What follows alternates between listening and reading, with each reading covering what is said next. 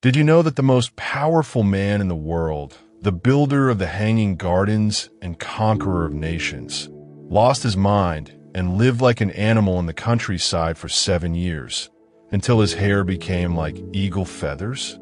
Imagine a king whose empire stretched from sea to sea, whose armies were invincible, and whose treasures were inexhaustible.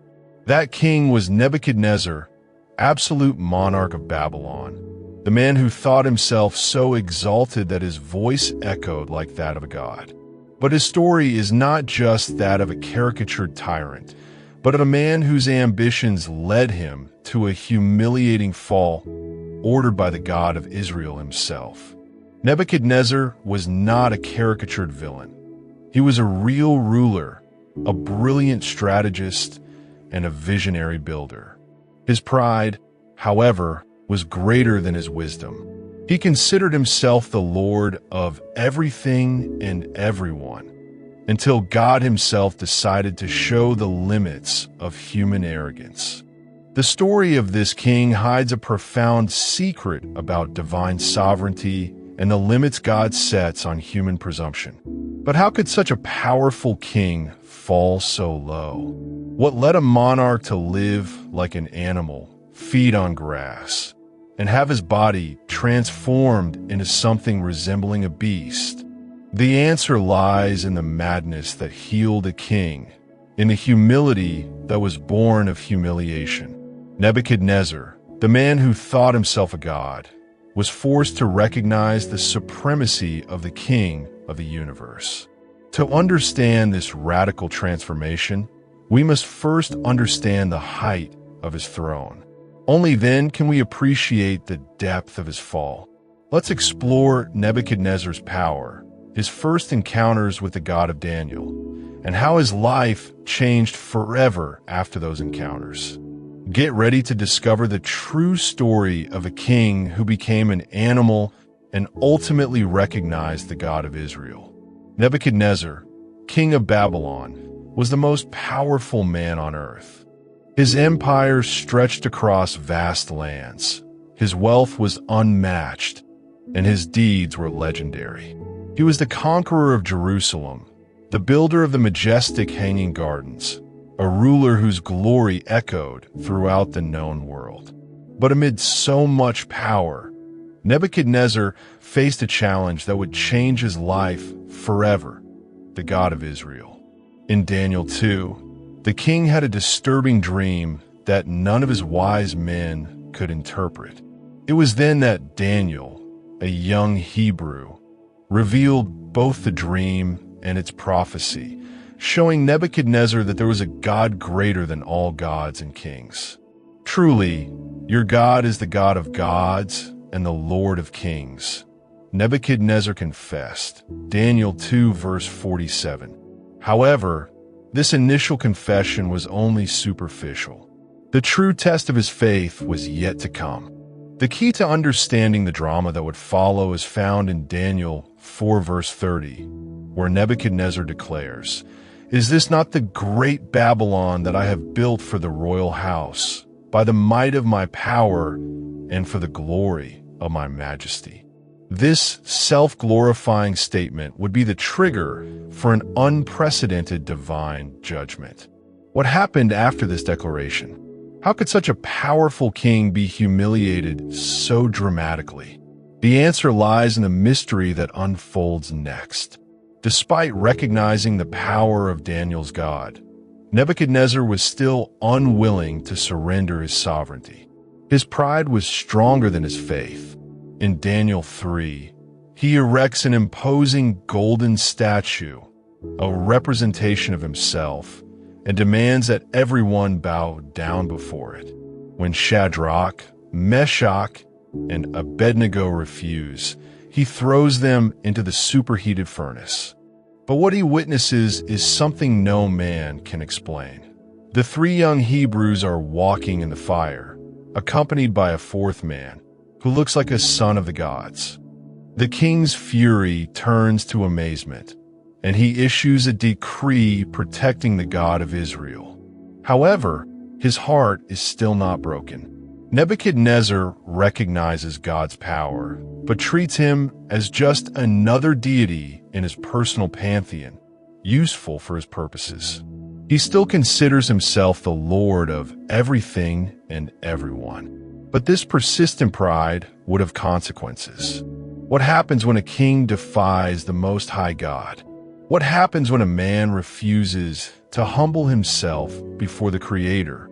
The answer lies in a prophetic dream that Nebuchadnezzar would have, a dream that would reveal an unprecedented divine judgment. This judgment would strike at the core of his identity, his own mind. How could a king who thought himself a god be reduced to a beast? What was the mystery behind this prophecy? The answer is about to be revealed. In Daniel 4, Nebuchadnezzar himself recounts a terrifying dream that leaves him disturbed.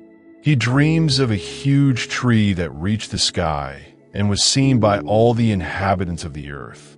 But an angel descends from heaven and orders the tree to be cut down, leaving only the trunk and roots, which would be watered by the dew of heaven. Daniel, with a heavy heart, interprets the dream. The king would be cast out from among men, live with the beasts of the field, eat grass like oxen, and lose his reason for 7 times, until he recognized that the Most High has dominion over the kingdom of men and gives it to whomever he will. Daniel 4 verse 25. A year later, while proudly contemplating his greatness, the sentence is fulfilled. Nebuchadnezzar loses his mind and is cast out, living like an animal. He loses his reason, his hair becomes like eagle feathers, and his nails like eagle claws. The king who once ruled the world now crawls on the ground, eating grass like an animal. But this period of beastly humiliation would, paradoxically, be the beginning of his true healing and restoration. How could a man who thought himself a god be transformed by such an experience? What was the secret behind this madness that healed a king? The answer is about to be revealed. We have reached the climax of the narrative, the point where the story of Nebuchadnezzar becomes a powerful lesson in humility and redemption. After 7 times of madness, his reason is restored to him at the very moment he lifted his eyes to heaven. Daniel 4 verse 34. This simple act of looking up to God symbolizes the final breaking of his pride. Nebuchadnezzar, the king who thought himself a god, now recognizes the supremacy of the Most High God. He utters one of the most powerful confessions of faith in the Old Testament. Now I, Nebuchadnezzar, praise, exalt, and glorify the King of heaven, because all his works are true and his ways are just, and he is able to humble those who walk in pride. Daniel 4 verse 37. His restoration to the throne is not a return to the status quo, but the rise of a new man, a monarch who finally understands that his power is delegated by the true king. Nebuchadnezzar becomes a living testimony to God's sovereignty, a Gentile king who declares the supremacy of the God of Israel. He is no longer the arrogant conqueror, but a humble servant, recognizing that all power comes from above. But what about us? What are the hanging gardens of pride that we are building in our lives? How can we learn from the story of Nebuchadnezzar and avoid the downfall that comes from arrogance? The answer is about to be revealed. Where have you, like Nebuchadnezzar, said in your heart, "Is this not the great, my career, my family, my ministry that I have built?" How often do we attribute our success to our own strength and wisdom, building monuments to our own ego? Pride disguised as personal achievement is a subtle trap. The story of Nebuchadnezzar teaches us that God resists the proud and that he is able to use even madness, crises, losses, illnesses to humble us and heal us of our fatal pride. but there is hope. The same God who humbled Nebuchadnezzar is gracious to restore those who finally lift their eyes to heaven and recognize him as the source of everything. He does not destroy us, but transforms us. He does not abandon us, but redeems us. The question now is, are we ready to learn Nebuchadnezzar's lesson? As a community, we are called to exchange arrogance for worship, to recognize that everything we have comes from him. How will we respond to this call? The answer is about to be revealed. The story of Nebuchadnezzar is a solemn warning about the dangers of pride and a powerful testimony to God's sovereignty. It shows us that the Most High rules over all human kingdoms and can humble even the most powerful, so that even a pagan king becomes a preacher of his glory. Today, you have the opportunity to make a choice. You can continue to build your own hanging gardens of pride, or you can acknowledge God's sovereignty over your life. If you are ready to exchange self-sufficiency for humble dependence on God, leave a comment saying the Most High rules. Also share in the comments an area where you need to surrender your life to the Lord. Remember, it is safer and more glorious to be a servant in God's kingdom than a king in our own kingdom of illusions. May God bless you with humility, wisdom, and a heart that always seeks to glorify him.